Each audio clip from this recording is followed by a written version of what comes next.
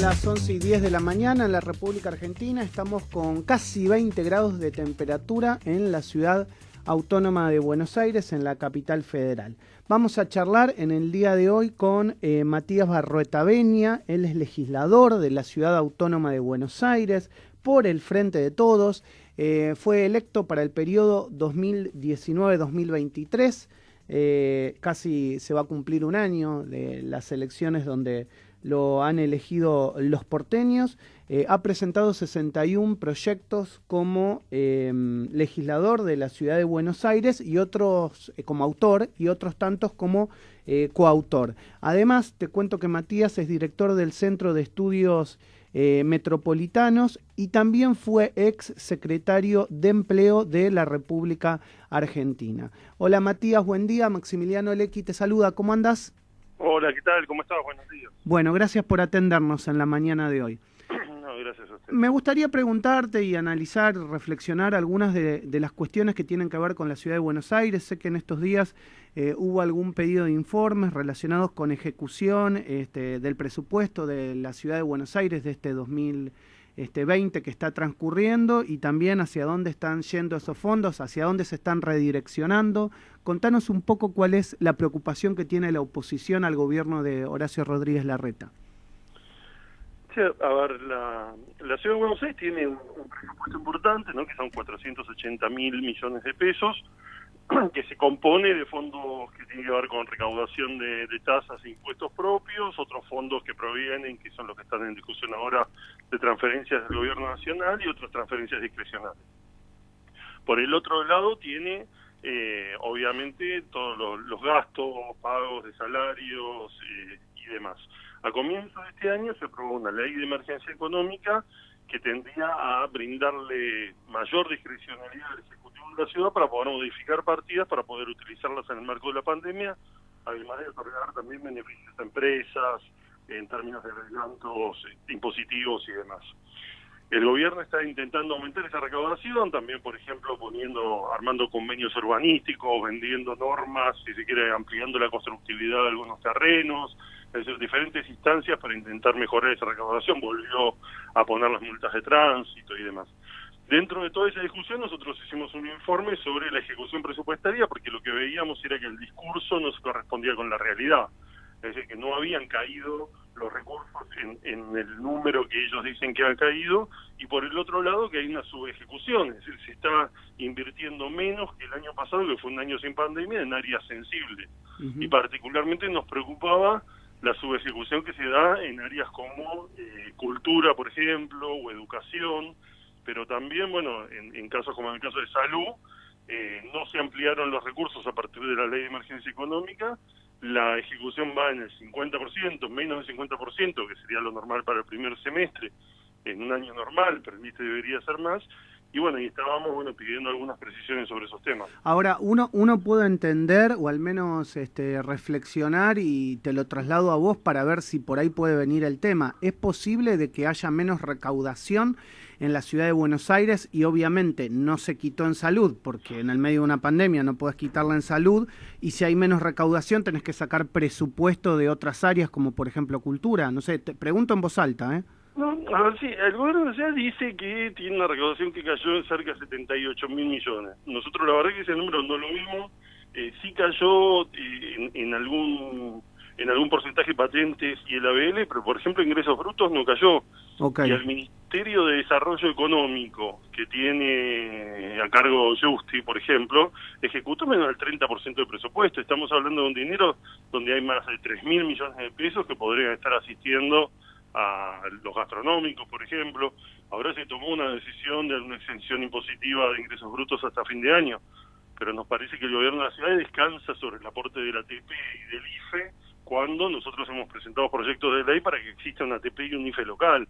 La ciudad está en condiciones de poder aportar a esa continuidad. Vemos todos los días el cierre de lugares históricos emblemáticos que hacen al atractivo turístico de la ciudad y a la historia de la ciudad, y vemos cómo cierran con el gobierno mirando para otro lado, teniendo esos recursos en la caja. Vos recién al pasar dijiste algo que no quiero que no lo desarrollemos, que es la caja que se hace con la venta de tierras en la ciudad de Buenos Aires.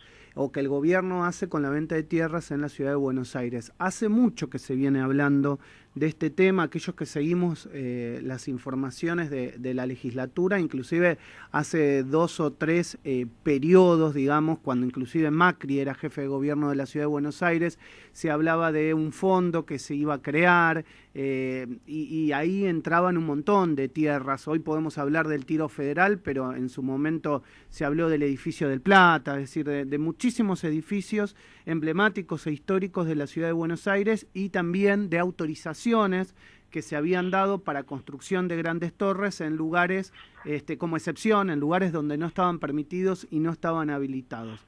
¿Cuáles son las últimas informaciones al respecto? ¿Cómo está ese tema de ventas de tierras que tenía la ciudad de Buenos Aires y hacia dónde van esos fondos si es que se han hecho algunas transacciones?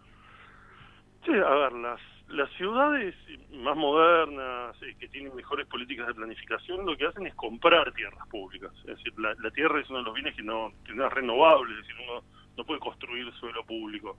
Por eso ciudades como Berlín, pero muchas ciudades europeas, lo que hacen es construir bancos de tierras, comprar esas tierras para poder, por un lado, influir dentro de lo que es el mercado inmobiliario, es decir, que la posibilidad de acceso a una vivienda, al suelo, no es determinada solo por el mercado, mucho más en un país como el nuestro, donde el dólar, el proceso de dolarización y la financiarización y dolarización de las propiedades hace que sea una reserva de valor y un lugar especulativo.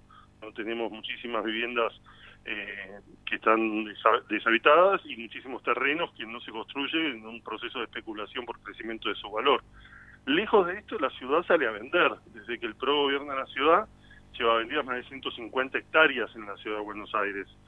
A lo que se sumó en los últimos 4 años, que el gobierno nacional, desde la Agencia de Bienes del Estado, también se sumó un proceso de venta desaforada, donde empezaron a vender todo lo que había en la ciudad, después a transferirle sobre el fin de la gestión a la ciudad un conjunto de terrenos y la ciudad buscaba venderlo. Este año, por suerte, eso se ha parado, al contrario, cuando trataron de avanzar con 2 torres, tanto el Triángulo Salguero como la estación en Villa Crespo, el AVE, la Agencia de Bienes del Estado de Nación, presentó un amparo y paró esa venta, y en la legislatura venimos también, ahora que no tienen los 40 votos, porque hasta ahora tenían 2/3, lo cual les permitía hacer cualquier cosa. Nosotros ahora, con toda la oposición, logramos juntar 21 votos, con lo cual hemos logrado frenar muchos de esos procesos. De todas maneras, esta semana se hizo una reunión de planeamiento y están convocando otra para la semana que viene, que tiene que ver con avanzar con negocios, por ejemplo, en todo lo que tiene que ver con Costa Salguero. Esta semana nos proponían ya una cosa bastante extraña, que son convenios urbanísticos.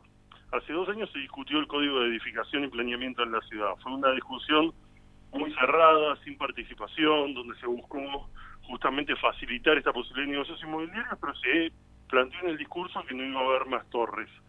Ahora vienen permanentemente con nuevas torres. El otro día, por ejemplo, lo que proponían era que un terreno de Puerto Madero, en el cual se pueden construir hasta 9 pisos, darle la posibilidad de que construya 45 pisos a cambio de $2 millones.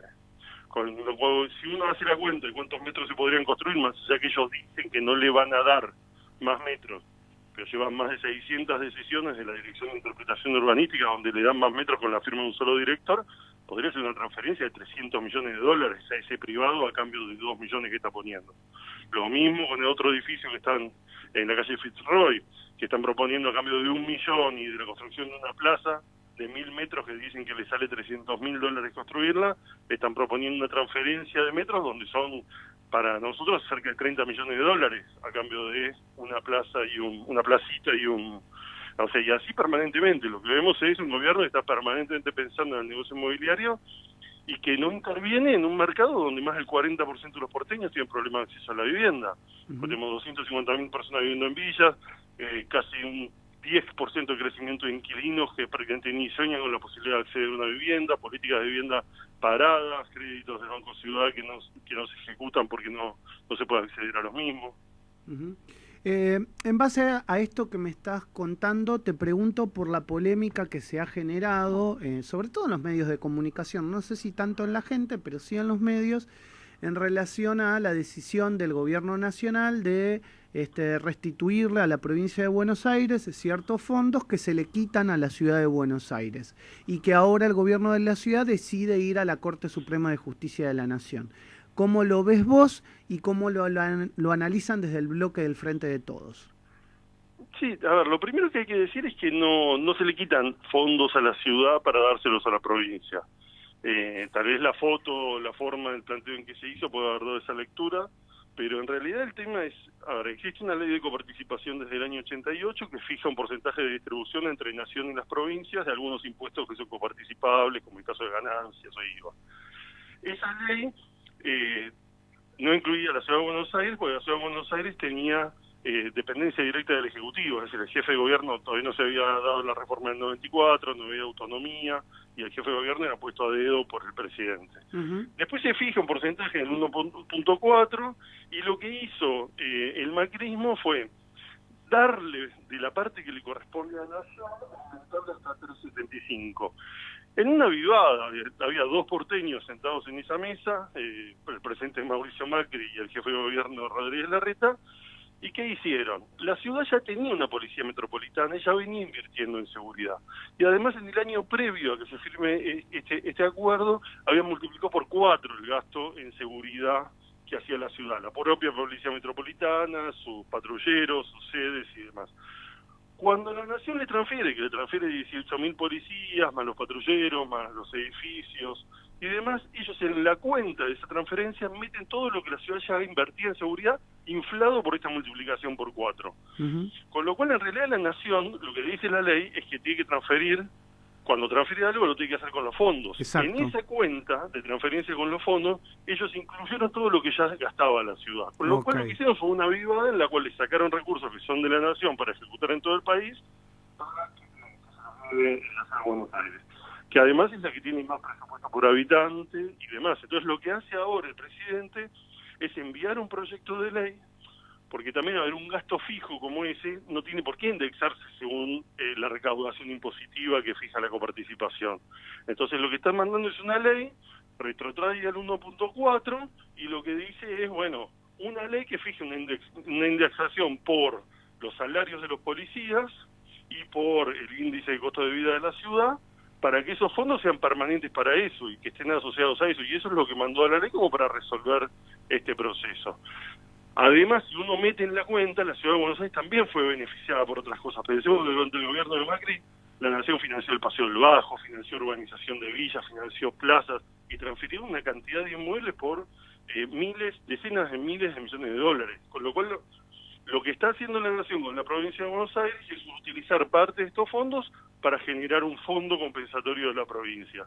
Pero en relación a la ciudad, la verdad lo que hubo fue una vivada de los funcionarios de la ciudad en un país muy desigual y la verdad de manera injusta. Entonces, desde el frente de todos, nosotros defendemos los intereses de los porteños, pero también entendemos que vivimos en una ciudad de 15 millones de habitantes, donde la inversión que es necesaria hacer en el conurbano también beneficia a los ciudadanos porteños, además de que tenemos una fuerte relación. Pensemos que la mitad de los puestos de trabajo de la ciudad son ocupados por bonaerenses, por ejemplo. ¿Cómo ves la reunión que se ha producido luego de toda esta polémica entre el presidente, el gobernador de la provincia y Larreta? ¿Lo ves bien? Yo creo que esa foto de los tres funcionarios, ya que hoy me parece que las reuniones con todos los gobernadores y demás expresan mejor lo que está pasando en términos de que lamentablemente tenemos la continuidad de la pandemia a nivel federal.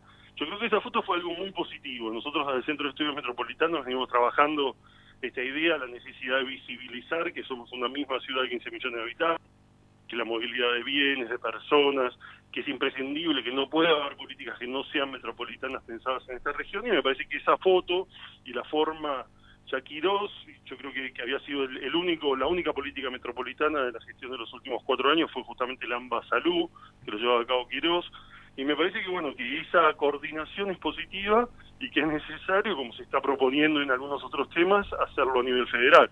Con lo cual yo creo que bienvenido sea que se den en esos ámbitos. Nosotros los estamos fomentando también en la discusión del plan urbano ambiental en la ciudad, porque entendemos que los problemas de los ciudadanos de estos 15 millones de personas deben discutirse de forma conjunta, y bienvenido sea que se siga vinculando, porque es imposible pensar, cuando uno ve los números de camas de la ciudad de Buenos Aires o del conurbano de la provincia, las personas van a ir hacia donde las camas estén disponibles, más allá del distrito donde tengan domicilio. Y lo mismo pasa con las alternativas laborales o con el conjunto de las cuestiones que una persona se plantea en necesidades de su vida. Sí, hasta te digo la movilidad, ¿no? El ingreso y el egreso de la ciudad de Buenos Aires, como bien vos decís, para que el bonaerense venga a trabajar.